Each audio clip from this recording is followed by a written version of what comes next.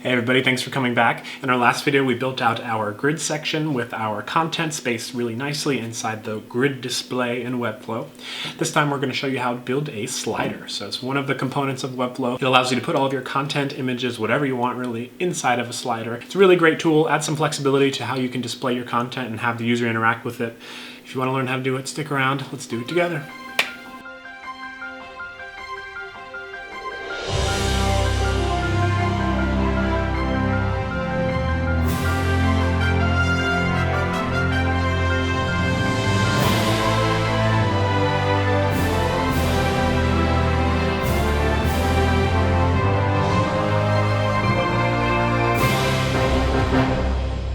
Here we are back in our project.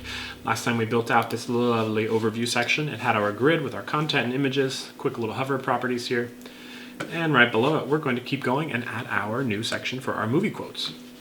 So make sure we're in our body. Body selected, I'm going to press plus, and I'm going to add a new section. It's going to pop up right beneath. I'm going to name this quote section.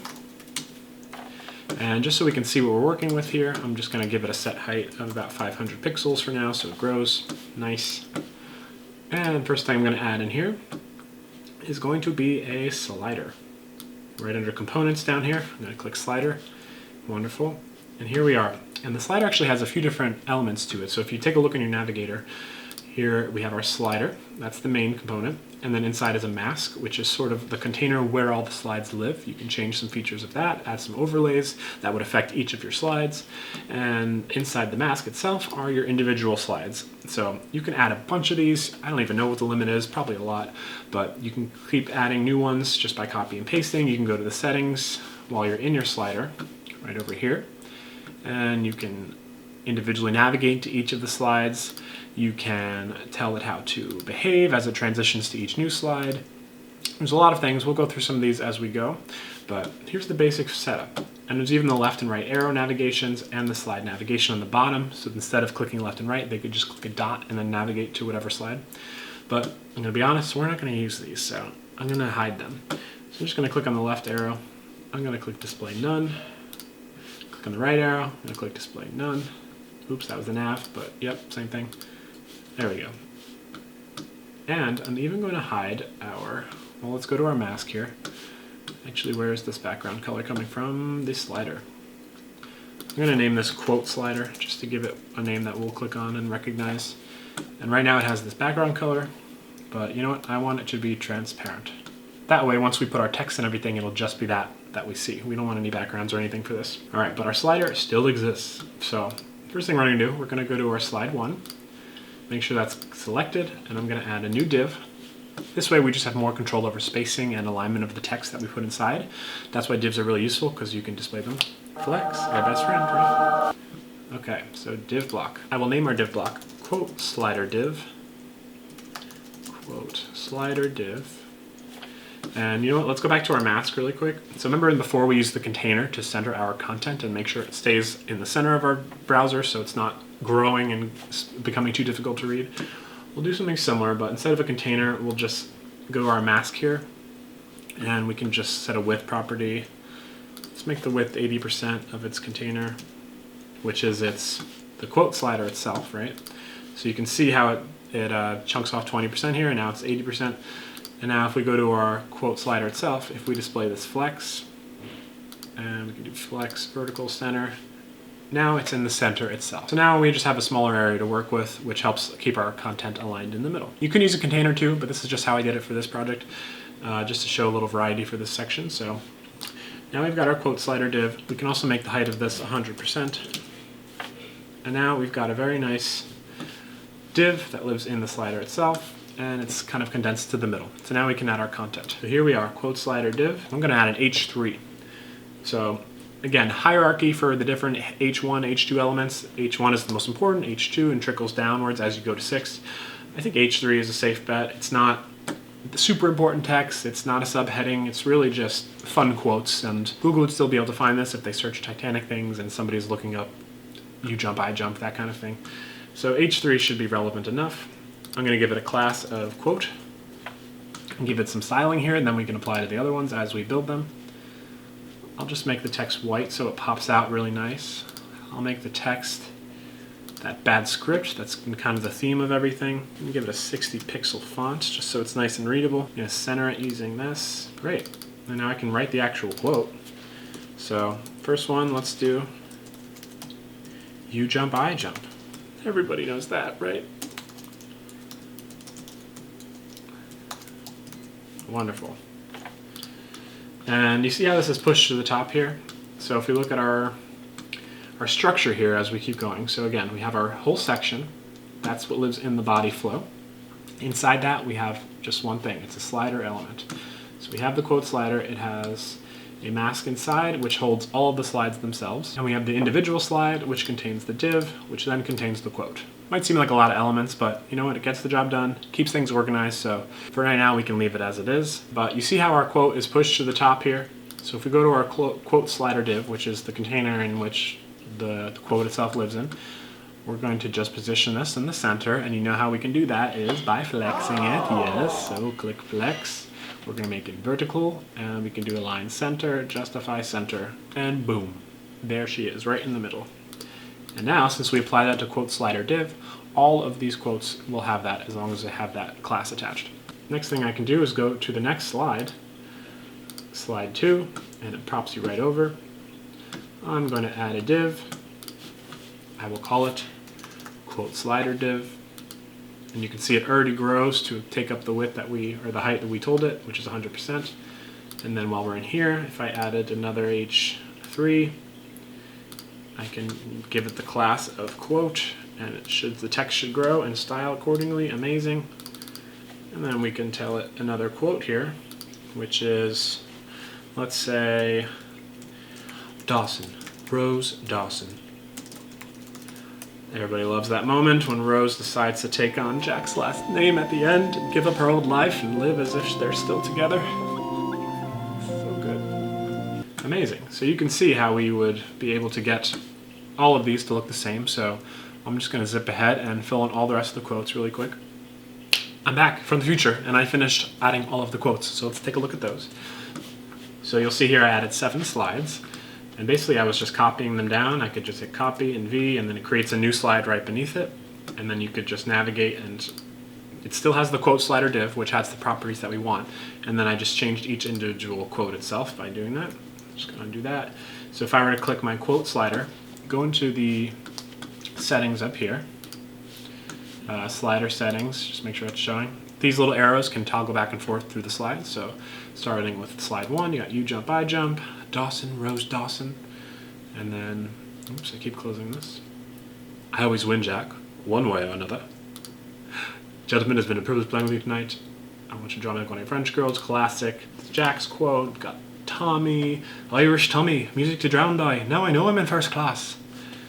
My Irish isn't the best. My Irish isn't the best, I should say, but sometimes it comes out all right. It's Scottish that's harder. I'll stop. So if we make sure we're in our slider, quote slider, we can look at some of the settings right here, right? So got infinite repeat slides, which basically means it'll always cycle through. So when it gets to the last one, it'll start back at the first one. And disable swipe gestures would refer to mobile devices and touch screens, but we also want to click autoplay slides here. So that way it's going to play, it'll automatically go to each next slide, and I'm going to have a delay of 5 seconds in between each of those, and then I'll just start right back at the beginning. I'm going to have the animation be crossfade instead of slide.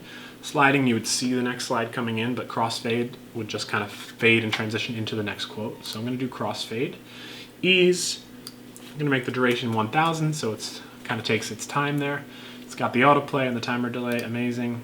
I think the rest of this is good. That's our quote slider. And when we click preview, it's still there because we didn't give it the hiding and showing properties yet. But you can see that first quote, it fades into Dawson, Rose Dawson, waits 5 seconds, and then fades into the next quote. Great. And you can add the navigation, the arrows and the little toggles at the bottom. I think it looks more pleasing if it's just a clean kind of playing automatically by itself. But if you want the user to be able to control that, by all means, add that back in. So you can see here we've got some twinkling star animations happening behind here, and those are our Lottie animations to add a little life to the section. So I mentioned these Lottie files in a previous video, but I'll just remind you guys again. So I'm on Lottie, and they have all these really great GIFs and animations happening. So I just found some twinkling stars basically, and I don't remember which page it was on exactly, but essentially, so say I was clicking this one, you click on it and you download the JSON file. So JSON is a JavaScript object notation, but it doesn't matter here. It's really just, so it's the coded file that you'll be downloading. Then Webflow converts it into the animation that you see actually happening. So don't be afraid of the scary document when you download. That's just a bunch of letters and numbers and symbols. Basically, when you have that and you download it back in, jump right over. So here I dragged that scary file that was just a bunch of numbers into here, and it converts it right in. So it recognizes that it's a Lottie file and then lives in your assets right here as a Lottie. So you can go back to all assets and it shows you all the different things, images, JSON files, whatever. But so we've got our Lottie. So I'm going to make sure I'm in our quote slider. Actually, no, not the slider, the quote section. I'm going to add a Lottie animation right here under media. And I'm going to click the star one. I'm going to preview the animation. And you see it's enormous and it's happening right down here. So that's too large, obviously. I want to make that a little smaller. And I'm also going to click right here, loop in the settings. I want it to keep twinkling. I don't want it to play once and stop. So I want that to play in a loop. It's kind of like what we did with our loading animation with the dripping, how it keeps going. Definitely want that. So I'm going to make sure this lives in our quote section. So as you see right now, our Lottie animation is enormous and it doesn't contain itself within the quote section. And that is because it's not recognizing what to be relative to. So we've gone through this a few times, but so since we position this absolutely, if we look down here, it says it's relative to the body. And we don't want that because we want it to be relative to the quote section, because then it'll only reference that section. So if we just go to our quote section, right now we have position static. If we change this to relative, we'll see how the stars now contain themselves within the nearest parent container that's positioned relatively. Lottie animation 2, we can name this Lottie stars maybe.